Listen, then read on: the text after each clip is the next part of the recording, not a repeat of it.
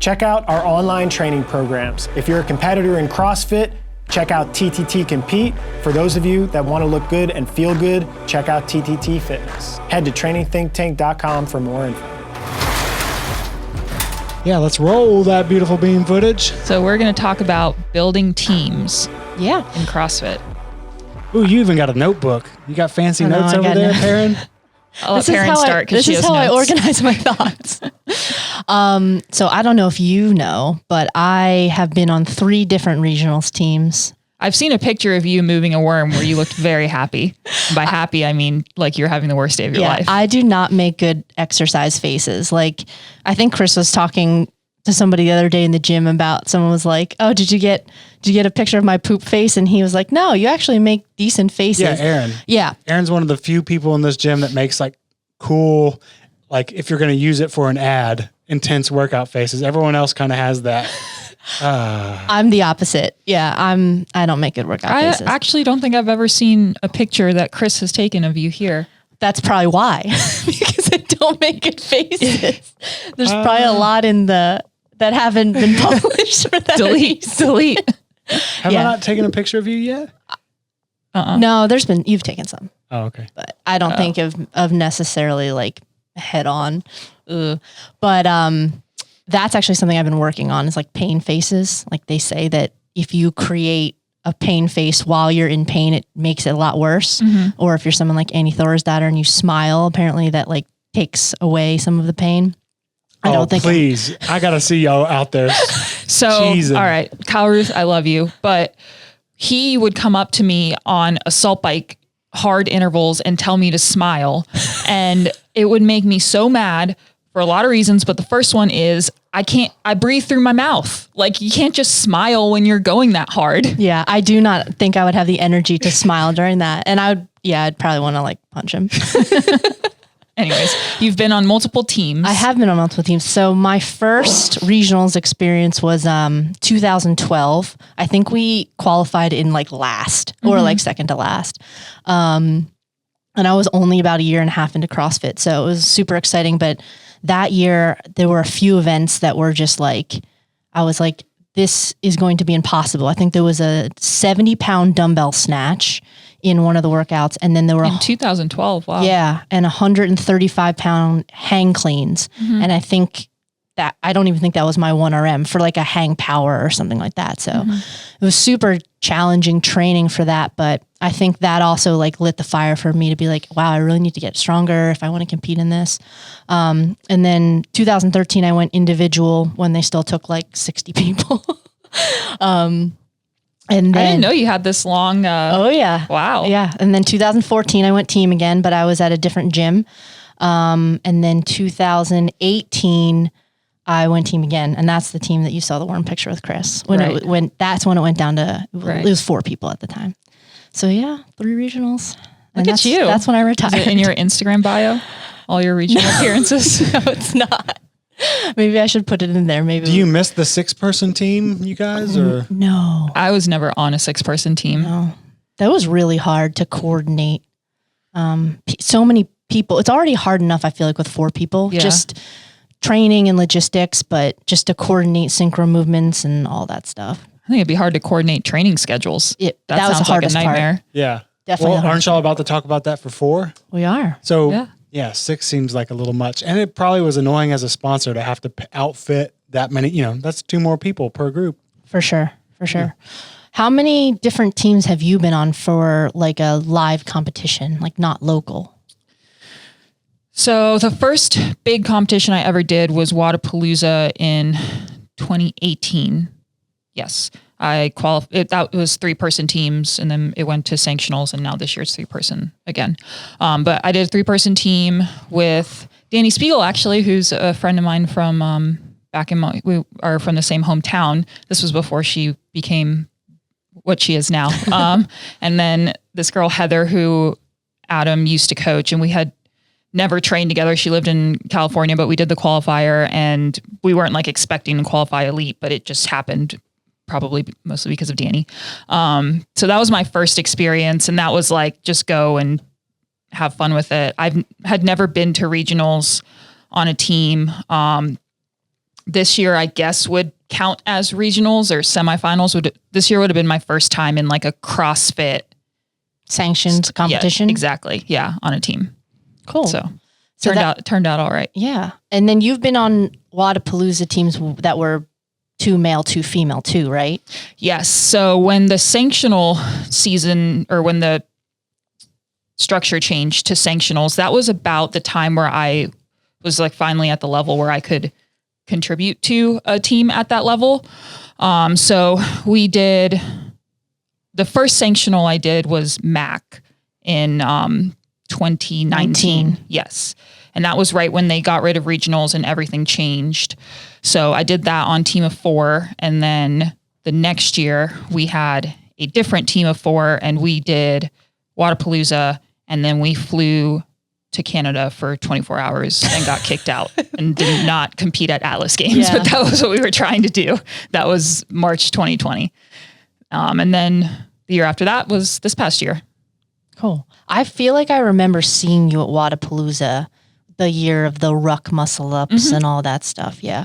I had a bunch of Why? times. She just stand out as this physical specimen that you That's had to way get too to tall. know? Taller than all the other girls. Yeah, no, I mean, I had some clients on other teams that were competing against TTT, but obviously it was like training think tank fan. That was a really fun year. Yeah. Probably because we qualified last. Like we got a backfill invite and we were the lowest backfill invite. And then we ended up finishing, I think like 13th or 14th. So it was like, there were 30 teams that went elite. So it was just cool that we like went out there and did so much better than we had expected. And we really only had one workout that we kind of tanked, and that was the pistol workout. But other than that, we were like top 12 in every workout, and it was cool. It was just cool to exceed expectations, because that usually doesn't happen. What do you think the difference was between your lower ranking on the qualifier versus being able to be middle of the pack? So the other girl on our team then, Stephanie McGuffey, who I miss you. She got pregnant last year. Congratulations. I was going to say that's What? sounded like she like caught a disease. No, she no. caught one of those babies. She caught a baby. Gonna make it. She's already back to like doing muscle up, so I'm sure she'll be back in no time. Not that we could compete together, because now it's affiliate cup, so everything changed anyways. But we're both bigger girls, so she's super, super strong. I'm fairly strong, and I'm 5'10". She's probably like 5'8", maybe 5'9", and that's just hard in qualifiers, because most qualifier workouts do bias shorter athletes. Like that's just how the sport is. But then when you get out on the competition floor, there's the worm, there's running, there's swimming, there's all of these different things that bigger athletes can just excel more in, which is why I love live competition so much more than qualifiers, and qualifiers make me want to cry. For sure. So have you picked your teammates based on some of those qualifications of knowing like, hey, do I need somebody who's really good at qualifiers to be able to qualify for this competition? And then some people that are really strong and need to leverage that on in-person competition. Have you tried to pick your teammates based on that criteria, or have your teams just kind of come together organically? So that process has developed over the years in the different teams that I've been in. It started out with just, I want to be on a team, who will be on a team with me? And that was just it. Because it's hard. It's a lot harder than you would expect to get 4 people who have the same level of commitment and dedication, because it has to be equal across the board. It doesn't mean that you all have to be like, this is my number one life priority and I'm spending all my time training, but you all have to be on the same page. For sure. It doesn't work if there's someone who is a full-time athlete and qualifying for whatever competition is their main goal, and then someone else has a full-time job and they're going to put in an hour a week and your expectations don't line up. So that has kind of remained constant. And it started out with just finding 4 people to do a team with me. After that, so we did that first year with Tyler, Hamilton, and Kylie. And Kylie is an amazing athlete, but I'm 5'10", and she's like 5'1" or 5'2". And we learned pretty quickly that that's really difficult to coordinate with synchro movements, the worm. I'm not saying it can't be done, because there's plenty of teams that have different size athletes, but what I learned was, in order to leverage the things that I'm good at. I need someone that's my size. So that was something we kind of looked out for the next year. Kylie didn't live here, so she had other things going on anyways. Stephanie came in, who is about the same size as me, and that seemed to work out better with like worm movements and synchro movements. When it comes to qualifiers versus in person, I don't know if we ever really biased one or the other. It was get 4 people that are dedicated at the same level and then try to get around the same body size, I think is more important. And you just have to be good enough to make it through a qualifier. And that was our mentality. Like, we're not going to win qualifiers. We're still not going to win qualifiers. But if we can make it through, then we can hopefully do a lot better on game day. Do you think that going into a competition that has a qualifier, the hardest hurdle would be getting through the qualifier? Because some people think that qualifiers are way more stressful than in-person competition just because everyone's doing it inside their own gym. You're competing against more people. So there's a lot more people that are going to take points away in something like maybe a burpee box jump pull-up workout where size and movement speed might be a larger factor. Do you feel like qualifiers are harder? Yeah, I think so. At least for me, with my body size, I think that if I can make it through a qualifier, I'll usually rank higher in an in-person competition.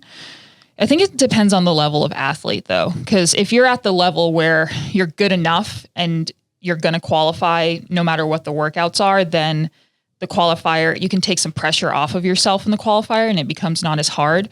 But you have to be pretty good to be at that level. Like, we just did the Wadapalooza qualifier and we ended up making it through just fine, but we were super nervous going through it and we weren't sure where we were going to rank and how hard we were going to get hit on something. Cause you can finish, and this has happened to people in the open as well, but you can finish really high on all of the workouts. And then if you bomb one of them, if it's a qualifier with a lot of athletes, you just take on too many points and you can't make it through. For sure. Yeah. I think as we were going through the Wadapalooza qualifier, which just finished up, you had like a spreadsheet and you were kind of trying to track and estimate where you guys would land. And the way that your team is with you and Brandy and Cal, you guys have a lot of the same strengths and you kind of could anticipate where your weaknesses would be. And it was almost like you had to leverage your really good workouts and perform very, very high in that to offset some of the ones where you would be a little bit lower. During that qualifier experience, how do you manage like communicating with your teammates and repeating workouts and strategy? I mean, obviously, you know Brandy and Cal fairly well, so I'm sure that helps. But say you were going to do a qualifier where somebody that was a new teammate and you didn't actually really know their strengths and weaknesses yet. How do you communicate with them and kind of like figure out who's going to do what and if you're going to repeat something? So I think if you're doing a team, especially with people that you don't know, you need to have a conversation ahead of time and set expectations and set what people are willing to do. So for instance, in the Wadapalooza qualifier, the first workout, there were 3 different versions of the workout. And the one that Cal ended up doing wasn't necessarily the one she wanted to do, but it was the one that she would do the best out of all of us. And that was like a sacrifice that she had to make. And it wasn't like a battle or anything because Cal's been on plenty of teams and she knows and she's flexible with that kind of stuff. But sometimes you have to do what you don't want to do and just know that like look at those as opportunities to step up and help your team because it's going to happen in the other way where you're going to need your team to pick up your slack. So I think setting those expectations ahead of time is super important, especially if you don't know who you're working with. And that's for most people a trial and error type thing. Like a lot of athletes that I work with who want to start doing teams, I explain to them that like make sure that you guys are all on the same page when it comes to what you're putting into it and make sure that's understood. And sometimes that's impossible to get 3 people or 4 people that are on the same page right away, but you just have to do your best to communicate and like don't leave someone hanging because that happens a lot on team and that kind of sucks. For sure. And I think that can put some rifts in relationships and then breakdown of trust. And I think all of those things become really important, especially when you get to the actual competition, because it's so much time and work and training together, hopefully, before you get there. I know since Wadapalooza just wrapped up and I'm coaching you now, and right around, I want to say like 2 days in, you were like, remind me next time I want to do a qualifier to potentially talk me off the ledge or have a discussion about this, because I think, especially with Wadapalooza, it's one of the most popular, well-known qualifiers and competitions out there. So we knew there would be a ton of people doing it. You pretty much have to repeat workouts. It's not, I think very few people can go one and done anymore. So it takes away from training, right? Your whole training for almost 2 weeks was kind of like doing the workouts and repeating the workouts. And I've talked to some clients about, like, you might feel less fit during that time period because your volume actually decreases, but your intensity is super, super high. So you being an athlete, but also being on the coaching side, do you also have to have those conversations with either your clients who are doing these qualifiers or yourself throughout that process? And have you ever kind of struggled with that balance of being okay with just focusing on the qualifier during that period of time? Yeah, so I think this applies to not just teams, but anyone doing the open or quarterfinals or whatever qualifier you're doing. Yeah, it's always a mental battle for me, even though I know. Like, I've been doing this for so long, and I know that when you do a qualifier, you have to taper for it. And then you do the qualifier, and that's all you can do. And you can't supplement other things because you're worried that you haven't done muscle ups this week because they weren't in the qualifier. You just have to deal with that. And that's, committing to the qualifier. And that's a conversation that I have with my athletes a lot. Like, you want to do this qualifier? Cool, but we're going to do it. Like, we're not just going to go through it. You get halfway through and you're like, I miss training, I'm kind of over it. No, you have to make the decision that we're going in all the way in or we're not. And if we're going all the way in and your goal is to qualify, then you're going to have to repeat workouts, maybe more than once, and it's going to be hard and you're going to be sore, but your only focus for those 10 days or 8 days or whatever is doing the best you possibly can in those qualifiers. And then when it's over, recover and we can get back to training. But I mean, I have that conversation with athletes all the time and I struggle with it too. So it's just hard when leading into Wadapalooza, we got into like a really good training flow, which I hadn't been in for a while because we competed for so long in the season. And even a few days in, I was like, like I miss my progressions. But it's worth it when you look back. It's just an emotional roller coaster when you're in it, for sure. It's temporary and the reward at the end of it hopefully is worth it. I know, so all of you guys have full-time jobs. Brandy has a kid. I've been on teams with parents or people with really busy work schedules. And I think one of the best things about team, if you are not a full-time athlete, is you actually have an opportunity to compete and be competitive. So it opens up the door to a lot more people. The downside is, like I said, work schedules and families and working around that.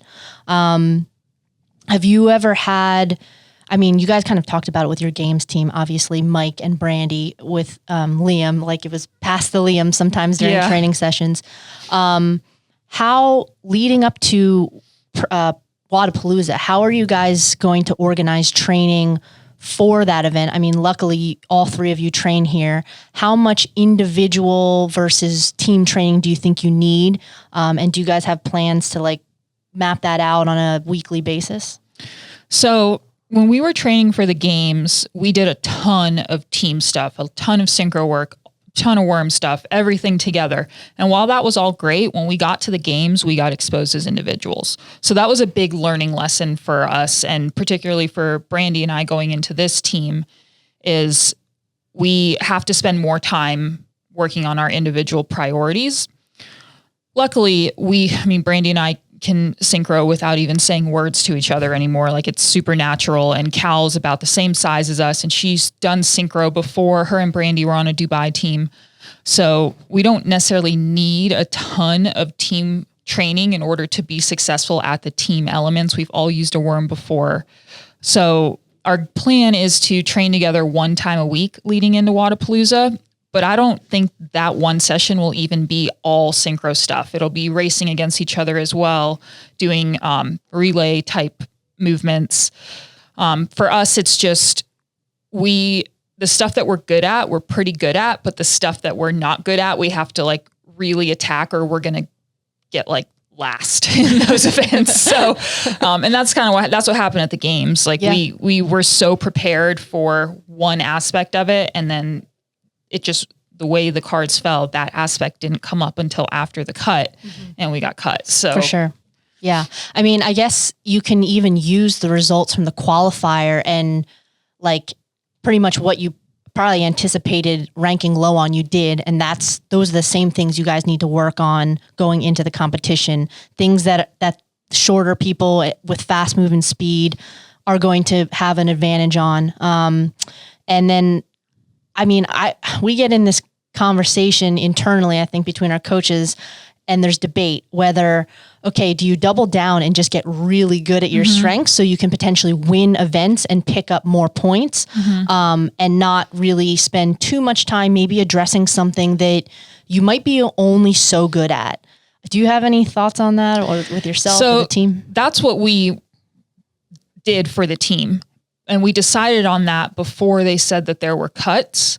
So I think next year, if we're lucky enough to make it back, we can't approach it that way because you have to make it through the cut. For Wadapalooza, I don't think there's going to be cuts. If they do, that sucks because it's a super expensive competition. They're making people pay a lot of money for. Sure. So I think you can approach it a little bit more like that without as much risk because you're going to make it to the final day. So if there are workouts that are really good for you, you're going to see them no matter what. Yeah, I mean, I guess we could approach it that way and it would probably be successful. But another conversation that our team has had is that this competition is not our priority of the season.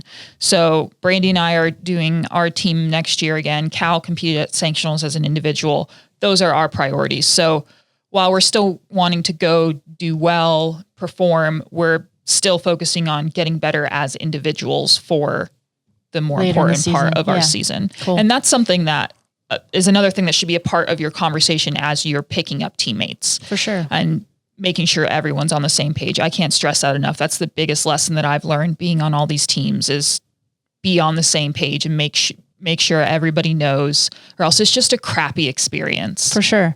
Now, I think I could see maybe a scenario where you sit down, you have that conversation, you lay it all out, and everyone nods their head and everyone's in agreement, and you get started. You get training, you get through the qualifier, you keep training for the competition, and then maybe some things come up and maybe some actions aren't supported, like somebody's struggling with something or losing motivation or whatever.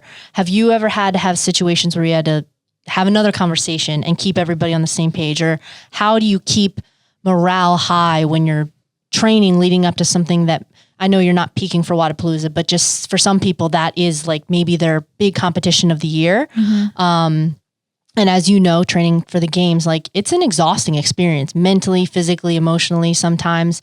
Have you ever had situations where you had to kind of like have a conversation with one of your teammates, or the team had to have a conversation together and to get back on the same page? So I think I've been pretty lucky because the athletes that come here are here because they're dedicated already. Like it's not cheap to have an individual coach. It's not cheap to be a part of this organization as an athlete. So there's a level of commitment that comes with that. And not saying it's just a money thing, but like that just shows how much these athletes want to get better. So the teams that I was on before this year, it was all training think tank athletes who are wanting to be their best, do their best, compete at their highest. So we didn't really have issues like that. I have coached athletes who have been on teams like that. And that's tough because especially if they're not in person altogether, it's really hard to change someone's priorities because it's their priorities and they're entitled to their own priorities. And that's why I say that original conversation has to be there. And sometimes it just happens that you're going to have a crappy experience on a team. Just learn from it and pick your teammates in a different way next time. I've seen that happen a lot, and it's unfortunate, but at the end of the day, you're still getting a chance to compete and you're learning lessons, and it's not like this is the last competition you'll ever do. Right. Hopefully. Absolutely. Okay. So Wadapalooza, I believe, releases some of the workouts ahead of time. for? Usually they do. Yeah. And then maybe they'll announce one during, or I don't remember exactly, but I know some competitions release them all like maybe a few days ahead of time. So you can't really prepare for them, but you have some time to digest and talk to your teammates and strategize. Do you guys have plans? Well, you have experience competing with your teammates, which I think is a huge advantage, but what will the process look like when the workouts come out and you guys kind of talk to each other? Like, I know with team, I feel like the complexity of some of the little rules that you don't really necessarily think about, like if or when you're allowed to switch out your teammates, if somebody's holding something, if there's a minimum requirement, they have to do a certain amount of work, become really, really important. So what does that process kind of look like from your experiences so far? Yeah. So I think that if you can practice workouts when they come out before the competition, especially if there's synchro elements, transitional elements, the things that you said, absolutely do it. Sometimes you can't mimic it exactly, but do your best. And sometimes the workouts are a little vague when they're released and they don't give you all the standards. Like for instance, when the games release the workouts with the bob and the bar muscle ups, they just said 75 bar muscle ups. Well, we didn't know if that was 75 each person or 75 split into 2s or 4s. So I recommend practicing the harder version if you are going to practice it. Keeping in mind, like making sure you're not going to get injured or rip your hands right before the competition and stuff like that. But learning how to communicate and get the kinks out of those synchro movements and transitions can save you a lot of time on game day. And that's kind of like free time and free spots, because the people who haven't practiced it are going to have to figure it out on the floor and lose time there. Whereas you can just, flow through it a little bit easier, ideally. But then again, you never know how differently a judge will, judge your reps, or things get changed on the spot. But I think it's definitely worth practicing, especially if you guys are going there to do the best that you can. For sure. I think another thing that I've seen come into play a lot with team workouts are time caps, where you look at a workout and you're like, okay, it's this amount of work, and you figure out a plan, and then if you don't know how long it takes, like maybe it's an unrealistic time cap, and your strategy is actually better pushing something harder in the beginning because you're going to get capped anyway. So those types of strategies, I feel like, obviously the more experience you have as an athlete, that helps. And then maybe even having a coach that's another set of eyes that's looking over a workout and it's like, I don't think this is realistic. Maybe try it this way. So I'll be at Wadapalooza, watching you guys, coaching you guys. I have a few other teams there. Super excited. It's 7 weeks out. Yeah, that's which is always another thing when the qualifier and the competition are really close to each other. I think it can be a good thing and a bad thing, where it's like, all right, we know exactly what we're going to do. We have 7 weeks from today, I should say, but I guess it's been maybe 8 or 9 from the qualifier ending, to figure out what we're working on. Like you said, your ultimate goal is actually not to peak for Wadapalooza. So is your sport specific or competition specific training really only going to be that kind of 1 day a week you guys are syncing up, and then the rest is going to be mostly like priorities to build for quarterfinals? Yeah, so I think it can be kind of mixed in a little bit, where I can still focus on the things that I need to focus on, which are burpee speed, gymnastics volume, continuing to get stronger. But some things can be tweaked. Like I can swim on Thursdays, whereas I wasn't doing that before. Or whenever I have muscle ups, I'll go over to the other side of the gym and do it on the long straps, because we know that that's what's going to happen at Wadapalooza. And then when I have rope climbs, I'll climb the taller, scarier rope, because Wadapalooza ropes are terrifying. Maybe throw a fan up so it's blowing really aggressively. Make it a little bit wet from the bay. Yeah. And then just like little things that we can get touches on, like handstand ramp. We don't know if that'll come out, but it has before. I don't think that has to take a ton of time out of training. You just be kind of aware of it. If you have a coach, make a list of the things that make you a little nervous about the competition, or that could come out in the competition, and they can sprinkle it in for you. If you don't have a coach, make that list and sprinkle it in yourself. Just constant touches on those things. It's not like it's wasted training time. Like practicing on a ramp is still practicing my handstand control. Doing a harder version of legless rope climbs is a good thing to do. So I think just being aware of that kind of stuff. If you haven't, so if you qualify for Wadapalooza and you haven't done it before, I would definitely recommend going back and looking at old workouts and seeing what they've done before, what kind of movements they tend to bias, because most competitions do have biases, and just touching on anything that makes you nervous For sure. for you and your team. Specifically with synchro movements, if you don't know how to synchro, if you haven't synchroed before, if you haven't synchroed with that person before, you can lose a lot of time just messing up Absolutely. on game day. Yeah, they say the past leaves clues. We were looking at some pictures the other day of 3-person worms and trying to figure out how much weight was in that bag. And then I guess like even little things like simulating a narrow lane, like you're going to be really close to other people and have to stay in boxes. And like I said, a lot of those rules people don't necessarily practice. Synchroing in a line where you're all behind each other and you can't necessarily see. One thing I wanted to ask, with your teams, have you guys established captains or leaders? And not only captain and leader, just like of the team, and this could be somebody different, but maybe somebody who is signaling on the floor during a workout, like a worm workout. Maybe the person in the front or the person in the back, I find, is usually the signal caller and either uses hand signals or verbal commands to do stuff. Have you always had somebody who's had those roles on the team? Yeah. So this past team excluded because we had 3 coaches, so 3 people who were leaders, and Brandy's a leader as well, so 4 leaders. And the ones in the past, I've kind of taken the captain role, and I apologize to my teammates if I was bossy. But I think having a structure, and if you don't have a coach for your team, then someone has to kind of take like the team mom role and just be a little bit more structured. When it comes to calls, absolutely. That's something that you should definitely practice. I'm usually in the back of the worm, so I tend to call, but like Wadapalooza, the last time we went, you couldn't hear anything. So having a backup plan, like the person in the front having hand signals, those kind of things are really important and it's free time. It's a free leg up on other teams who haven't thought about practicing that. For sure. What is... You just say 4 leaders? Yeah. What? Just making sure I heard that. Right. What else? What's wrong with what I said? 4 leaders. There's 4 people on the team and there's 4 leaders. Yeah.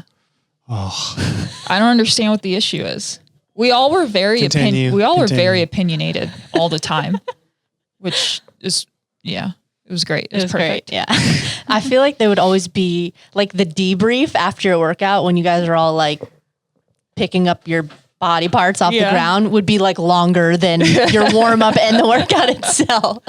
Yep.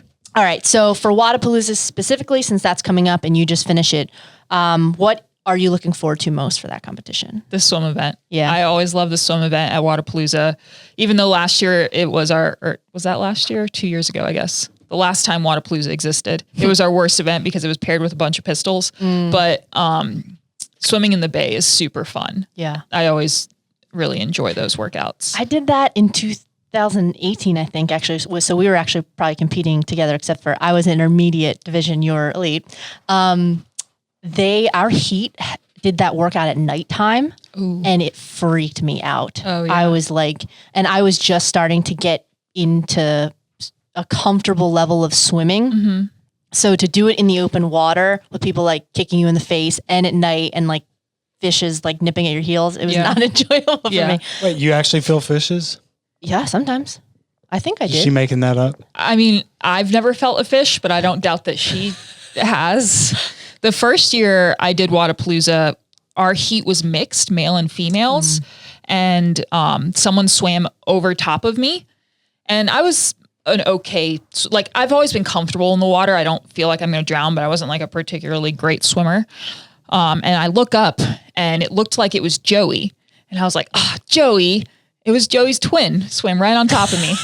But ever since then, I swim really aggressively. So I just swim over other people. If you swim aggressively too, people don't try to swim aggressively on top of you. Right. And you like almost become more intimidating. You gotta own your space in the water. I was the person you would be swimming on top of. Probably. I'm sorry. Drowned. Okay. So to finish up, my last question, what advice would you give to somebody competing on a team for the first time? So number one is what I've already said a whole bunch of times, is set expectations with your teammates and make sure you're all on the same page. Number two, learn to synchro and learn to communicate and know ahead of time going into a workout who is making calls, what the calls are, and have like a backup plan for that. So if the call is like, we're going every 5 on chest to bars and I'm going to call 2, 1 up. Well, what if everything breaks down and we get a no rep? Are we going into the next rep or are we coming down? So that you're not basically have plans communicated to your teammates ahead of time and know what the communication process is for the plan along with the original plan. The plan. Yes. I think that's great advice. I think that is what makes the best teams. They know exactly what to do. First of all, obviously they're very fit, but they know what to do in case things fall apart, which is like, I've seen plenty of teams, myself on a team, kind of like waste so much time being like, what do we do right now? And nobody really knowing and having to figure out how to get ourselves back together. But I think that's great advice. I have one more. Oh yeah, go ahead. Be nice to your teammates. Oh, that's because it sucks so bad to be the person that's holding everyone else back, but it's going to happen. It's going to be you, or if whatever's happening to your teammate and how frustrated you are that they're holding you back in whatever movement, that's going to be you at some point. And you don't want your teammate treating you like crap either. So communicate, be nice, and do whatever you can to support that person who is struggling, because one person's going to be struggling. That's just how it works in whatever movement it is. Chris looks like he has something to say. No? Just okay. Listening. I think that's good advice. When they are struggling, what's the best thing to do? How do you lift those spirits, Mia? Well, if it's a workout where you can just take work from them, just do it. Oh, like when you took the worm from Kyle? Yes. Mia took the heavy part of the worm at Mac for Kyle. That was on a power move. No, his back was crumbling. Yeah. So, you needed to do what needed. Right. Yeah. If you can help. If the workout is structured in a way where you can do something to ease their load, do it. Sometimes you can't do that. Sometimes that person it's 4-person synchro and you have to wait on that person. Words of encouragement, know your teammate and know what's good for them and what's not. Like, some people like being yelled at. Some people would prefer just like gentle nudges of encouragement. Match their movement patterns and don't make the person who is struggling have to match yours. So whoever is the slowest burpier, that's usually me, match their burpees, make it the movement flow to what's comfortable for them or what they can hold, versus you going super fast and waiting on the ground and being like, come on, that just doesn't really help. For sure. Yeah. I think that's great advice. I say that I'm scarred from those things. What would 3 years ago Mia, as a teammate, being a teammate, think about current Mia, teammate wise? Like what in your toolbox has been sharpened? I have one thing. Well, just because you've told me that you don't cry as much. And I think that's a great sign. Yeah, that's true. This is probably the first qualifier I may ever made it through without crying. That's growth. Yep, for sure. I think I've gotten a lot better, I guess, so that I can be on teams with people who I couldn't have ever dreamed of being on a team with them. I don't know if my personality as a teammate has changed all that much. Back then I was always the limiter, so it's not like I could have been the person that was yelling at everybody. Like, I was the slow one, hoping that no one would yell at me. So I don't think that's the case anymore. Cool. That's it for me. Yeah. Make teams. It's super fun. And come say hi. Highly recommend it. Come say hi to us at Wadapalooza if you're there. Sure.